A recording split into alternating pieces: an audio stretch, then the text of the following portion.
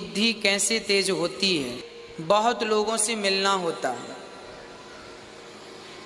शीर्षासन किया करो, सिर के बल खड़े रहा करो, अंकुरित अनाज खाओ और ज़्यादा लोगों से मिला करो, ज़्यादा लोगों के पास बैठा करो। ज़्यादा किन के साथ बैठा करो? बुजुर्गों के साथ। मैं अपनी बात बताऊं, मैं कभी बच्चों की संगत नहीं किया। मैं अपनी बराबरी वाले लोगों के पास, जब मैं गांव में था, जब मैं गैया चराता था, तब भी मैं अपनी उम्र के लोगों के साथ नहीं बैठता था। बैठे ही नहीं मैं कभी। मैं उस समय पर बुजुर्गों के साथ बैठा करता था, और वो भी बुजुर्ग जो अच्छे वाले, जुआड़ी बुजुर्ग नहीं, गंजेड़ी बुजुर्ग नहीं, शराबी बुजुर्ग नहीं, इन लोगों की संगत नहीं करता था।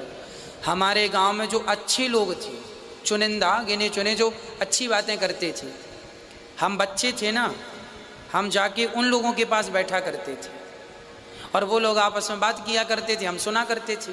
सुनते सुनते सुनते फिर हम भी बोलने लगे, फिर हम भी उनकी तरह बोलने लगे, उन्हीं को बोलने लगे। वो हमें बताएं, हम उन्हें बताएं, वो अपना ज्ञान हमें दें, हम अपना ज्ञान उन्हें। इसी से क्या, आदान प्रदान से ज्ञान बढ़ने लगा। तुम कितना भी पुराण पढ़ लो, कितना भी तुम पीएचडी कर लो, कुछ नहीं होगा पढ़ने से, जब तक एक होता है लिखा, एक होता है पढ़ा, और एक होता है अनुभव का, जो रियल है ना, जो हम रियल जिंदगी जीते हैं। आपने तो लिखा हुआ पढ़ लिया, पढ़ के सुना दिया, है ना, रट्टू तोता बोलते हैं इनको। पर रियल लाइफ जी करके बताना, उसका अनुभव शेयर करना, ये बुजुर्गों के पास, बुजुर्ग लोग ना, एक बुजुर्ग 10-10 पीएचडी किए होता है, पर आजकल के युवाओं को बुजुर्गों की कोई कदर नहीं है। एक अनपढ़ बुजुर्ग, आपके गांव में जो सबसे अनपढ़ बूढ़ा होगा ना, बुढ़ा, अनपढ़ बुढ़ा, उसके पास बैठ जाना। तुम पीएचडी होगे ना, तुमसे ज़्यादा नॉलेज वो बुढ़ा रख रहा होगा, जो तुमसे कई गुना ज़्यादा तीव्र बुद्धि का है, क्योंकि तुम्हारी विद्या पढ़ने की है और उसने अनुभव कर लिया है इतना जीवन जी के। एक पढ़ा, एक गढ़ा, है ना। तो बुजुर्गों के साथ बैठने के बड़े फायदे। मैं अपने जीवन में हमेशा बुजुर्गों के पास बैठा हूँ, बड़ों के पास बैठा हूँ। बड़ों के पास बैठोगे बड़ा ज्ञान आएगा, छोटे छोटे बच्चों के पास बैठोगे छोटा ज्ञान आएगा। जैसी संगत वैसी रंगत। अब आजकल लोग अपनी दोस्ती यारी बराबर के लोगों से, क्या बराबर के लोगों से करना, जिनके बाल पक गए हैं उनके साथ बैठा करो, या जिनके कुछ कुछ पकने लगे हैं उनके साथ बैठा करो, उनसे कुछ ज्ञान की बातें सुना करो, उनसे कुछ सीखा करो, उनसे अनुभव लिया करो, काम कैसे करना है, कैसे करना चाहिए। बहुत सारी चीज़ें सीखने को मिलती जाती हैं। हमारे गांव में एक आदमी था, अब तो भगवान के घर चले गए।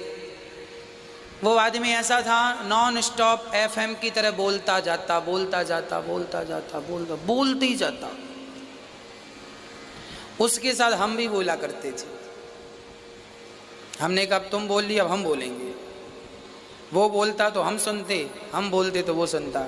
इसमें क्या हुआ, बोलने बोलते बोलते बोलते बोलने का अभ्यास हो गया।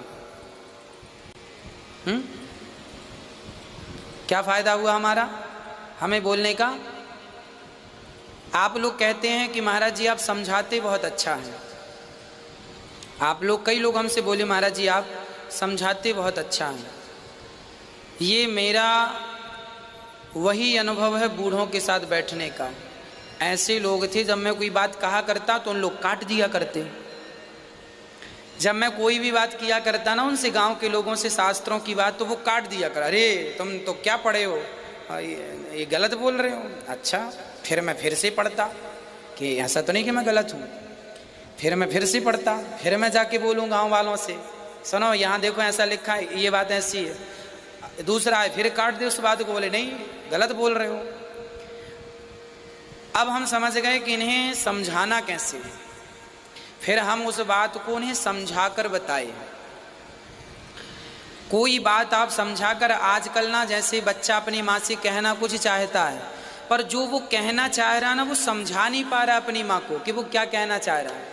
कई बार आप अपने पति को कुछ कहना चाहती हैं पर आप समझा नहीं पाती अपने पति को आप कहना क्या चाह रही हैं। आप कहना जो चाह रही हैं वो आपके माइंड में तो है पर आप एक्सप्लेन नहीं कर पा रही हैं, उसको प्रेजेंट नहीं कर पा रहे हैं, उसको बोल नहीं पा रहे हैं। कैसे इसको समझाएं कि समझ में आ जाए।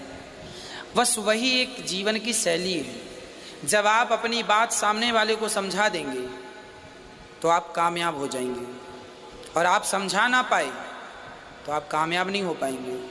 इसीलिए पत्नी को चाहिए कि वो अपने पति को अपनी बात समझा दे, पति को चाहिए कि वो अपनी बात पत्नी को समझा दे, बेटे को चाहिए वो अपनी बात पिता को समझा दे, पिता को चाहिए कि वो अपनी बात बेटे को समझा दे। मतलब जो भी बातें हो ना स्पष्ट हो, जैसे बोलते हैं स्पष्टवादी, संदेह नहीं, संशयात्मा विनश्यति, संशय नहीं हो, स्पष्ट बातें हो। आप जब स्पष्टवादी हो जाएंगे आप सफल हो जाएंगे। अब हम कई बार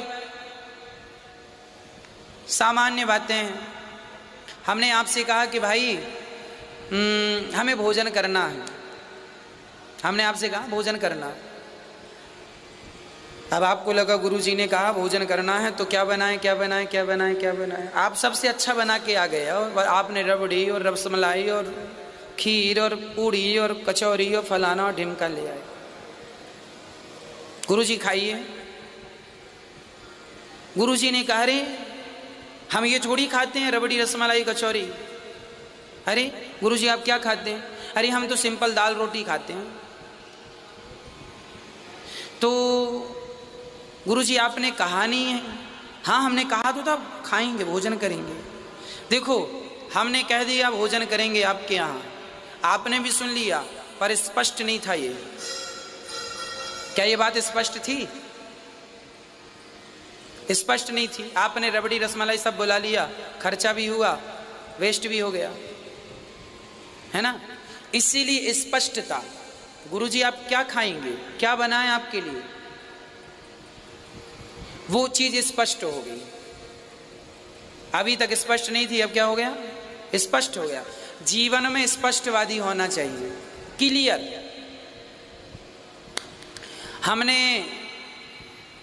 दुकानदार से कहा भाई जरा 10 गद्दे भेज देना, दुकानदार ने 20 भेज दिए। क्यों भाई तुमने 20 क्यों भेज दिए?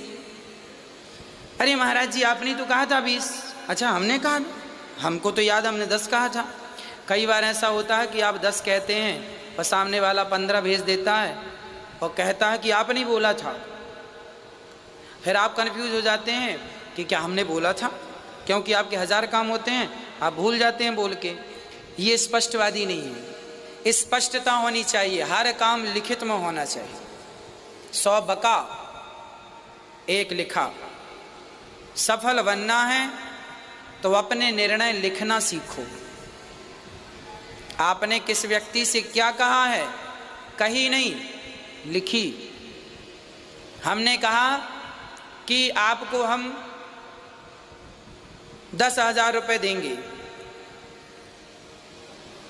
लिखित में होना चाहिए। कल को वो आदमी कह दे कि नहीं साहब हम तो 15,000 रुपये में आए थे, हमने तो सोचा था 15,000 मिलेंगे और आपने तो 10 दिया। तो पहले स्पष्ट कर लो कि 10 की 15, बाद में करौना ना हो कि भाई आपने, अब आप कहो अब वो 1 महीना काम किया, बाद में आपने 10 पकड़ाया और उसकी अपेक्षा थी 15,000 की, उसको बुरा लगा चला गया। 10 लोगों से कहेगा कि लो हम साहब हमसे काम करा लिया और 5,000 हमारे खा लिए, लो तुमको चोर और बना देगा। तो स्पष्ट होना चाहिए। क्या होना चाहिए?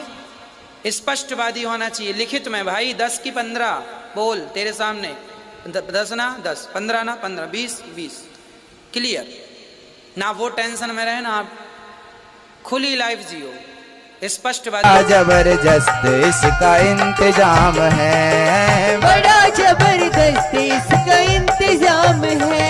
अजी बड़ा जबरदस्त इसका इंतजाम है, बड़ा जबरदस्त इसका इंतजाम है। बड़ा जबरदस्त इसका इंतजाम है। दुनिया को बनाना हमें बनाता है, और बनाता बस नहीं है, पालन भी करता है। और पालन बस नहीं, अच्छा, बुढ़ापे का इलाज क्या है? हाथ पांव में दर्द है, बुढ़ापे में सर हिल रहा है, बुढ़ापे में न भूख है न प्यास है, मलमूत्र वहीं त्यागे जा रहा है, नाक से नाला बह रहा है। ये बताइए बुढ़ापे का इलाज क्या है? बुढ़ापे का एक ही इलाज है, मृत्यु। सोचिए, मौत ना होती तो यहां सब बूढ़े बूढ़े पड़े होते। कोई चिल्ला रहा होता, कोई चीख रहा होता, कोई रो रहा होता। मौत क्यों आती है? आप कहते हो मौत क्यों है? याद रखना, सोचिए, कल्पना करिए, यदि मृत्यु ना होती तो क्या होता। मृत्यु सफाई है, स्वच्छ भारत का एक कार्यक्रम है।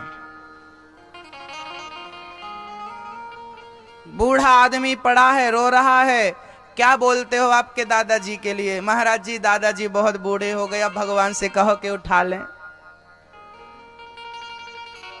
तकलीफ देखी नहीं जाती, कष्ट देखा नहीं जाता, मतलब कष्टों से मुक्ति कब मिलेगी? जब मृत्यु आएगी। एक मौत ही है जो सारे दुखों से हमें मुक्त कर देती है। तो मौत अच्छी है, बुरी नहीं है। मौत बुरी कब लगती है? जब हमारे कर्म बिगड़ जाएं।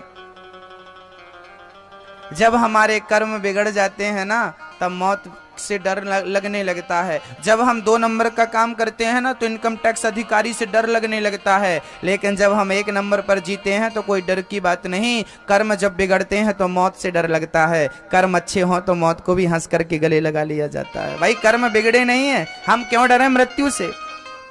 मौत हमारा क्या बिगाड़ेगी? आपको डर लगता है मौत से? नहीं नहीं, बहुत लगता। अभी तो सिर हिला रहे हो। कर्म अच्छे होंगे तो डरेंगे नहीं आप। कर्म गड़बड़ हो जाएंगे, बिगड़ जाएंगे तो डर लगेगा, मौत आएगी, कष्ट होगा, कष्ट है ना। मौत बहुत अच्छी है। परमात्मा विश्व की उत्पत्ति, पालन और संहार करते हैं। तापत्रय विनाशाय श्री कृष्णाय वयम नुमः। भगवान हमारे समस्त दुखों से हमें बचाते हैं। दुखों से बचाने वाले परमात्मा को हम नमस्कार करते हैं। श्री कृष्णाय वयम नुमः। दुखों से भगवान हमें बचाते हैं। यम प्रव्रजन्त मनुपेतमपेत कृत्यम द्वैपायनो विरह कातर्या जुहाव पुत्रेति तन्मयतया तर्वोभिनेदुस् तम सर्वभूत हृदयं मुनिमानतोऽस्मि।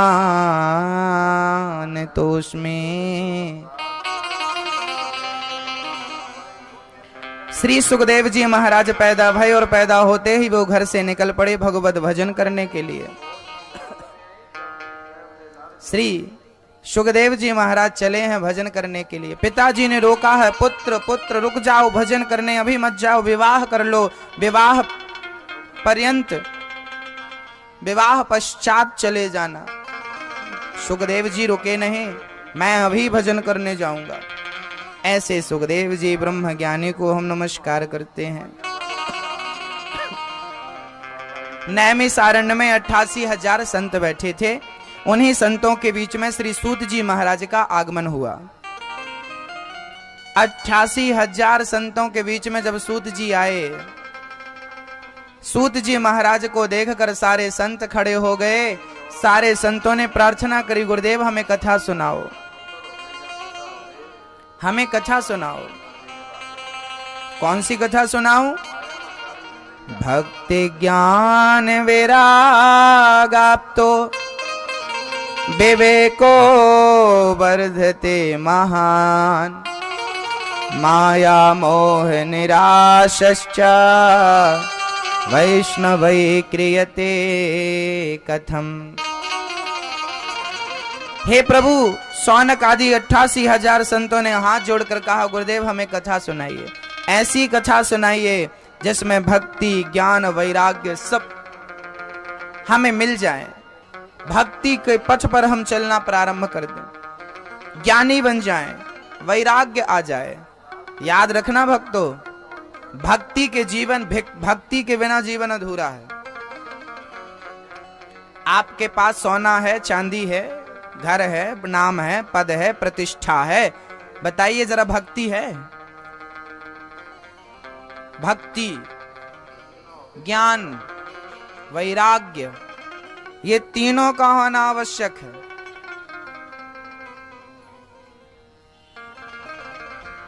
दाल है तो दाल, चावल और रोटी है ना, और कुछ हो ना हो कम से कम ये तो हो, दाल, चावल और रोटी। अच्छा, रोटी और चावल किस पर अधीन है? रोटी और चावल किसके बिना अधूरे हैं? दाल के बिना। रोटी अकेली है, दाल नहीं है। अकेली रोटी खाने में स्वाद नहीं आएगा, और दाल है तो दाल रोटी खाओ, हरि का गुण गाओ। अच्छा, रोटी नहीं है, चावल है, तो चावल को भी दाल चाहिए। दाल जो है ना, चावल और रोटी की पूरक है। चावल और रोटी दोनों के पूरक है दाल। ऐसे ज्ञान और वैराग्य ये दोनों भक्ति के पूरक हैं। यदि आपके पास भक्ति है और ज्ञान नहीं है तो भी वो भक्ति अधूरी है, वैराग्य नहीं है तो भी अधूरी है। तो भक्ति तो होना आवश्यक है, लेकिन भक्ति के साथ ज्ञान और वैराग्य का होना भी अति आवश्यक। यदि नहीं है तो वो भक्ति शोभा नहीं पाती, जिस भक्ति में ज्ञान और वैराग्य नहीं होते।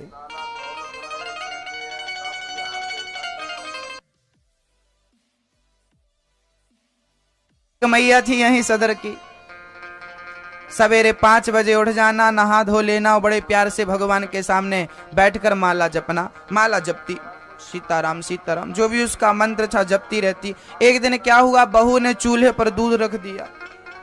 अब सासू माँ माला जपते जपते सुनी कि दूध उफन रहा है, तुरंत आंख खोलकर देखी, दूध गिरा जा रहा।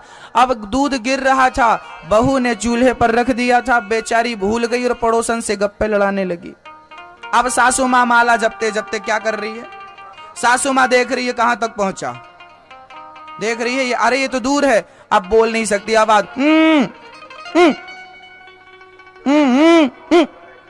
पर बहू तो मस्त थी गप्पों में। अब सासू माँ का माला तेज, फटाफट जप रही है। अभी खबर लेती हूँ, खीर के लिए लिया, पूरा गिरा दिया। अब बार बार सासू माँ की नजर दूध में थी, दूध गिरा जा रहा, बार पर बहू कहां सुनने, पड़ोसन से मस्त। अब सास बोली, अभी खबर लेती हूं, हो जाए माला पूरा। अब माला वाला जब देखिए, उसके पास भक्ति तो थी, भक्ति नहीं होती तो माला क्यों जपती। और ज्ञान भी था, ज्ञान ये था कि वो बीच में माला छोड़ के बोल नहीं रही थी, चाहती तो बोल देती, लेकिन उसे पता था कि माला जपते समय बोला नहीं जाता, चुप रहना चाहिए, मतलब मौन हो करके, और हमें माला जपना चाहिए। भक्ति भी थी उसके पास और ज्ञान भी था उसके पास। कमी एक चीज की हो गई, कमी क्या हो गई, वैराग्य नहीं था। अरे माँ, चूल्हे में दूध चढ़ा है, हमेशा तो दूध ही देखना है, हमेशा तो घर गृहस्थी ही देखना है। अरे 10 मिनट के लिए माला जप रही है, भगवान में मन लगाई है, तो कम से कम 10 मिनट के लिए तो संसार से छूट लो, 10 मिनट के लिए तो संसार को अलविदा कह दो, 10 मिनट के लिए तो मन से संसार को हटा दो, 10 मिनट के लिए तो मन को परमात्मा में स्थापित कर दो। इन 10 मिनट के लिए भी यदि आपको संसार याद आ रहा है तो बताइए, इस माला का जपना सार्थक हुआ? नहीं। भूल जाइए कि कोई है, कुछ याद ना रहे, कुछ याद ना आए। भक्तों, सच्ची भक्ति यही है, जब वैराग्य हो। छोड़ दो बहू को, छोड़ दो दूध को, छोड़ दो रसोई को, छोड़ दो घर को, होगा जो होगा देखा जाएगा। अरे दूध ही तो उफनेगा, दूध ही तो गिरेगा। वैराग्य कैसा होना चाहिए, भूल जाओ संसार को, बूढ़ी बूढ़ी माताओं को हम देखते हैं, वो अपनी बहुओं को समझाती ही रहती हैं, बेटा ऐसी गलती नहीं, और बहू सुनती नहीं है, बहू सुनती नहीं है और सास समझा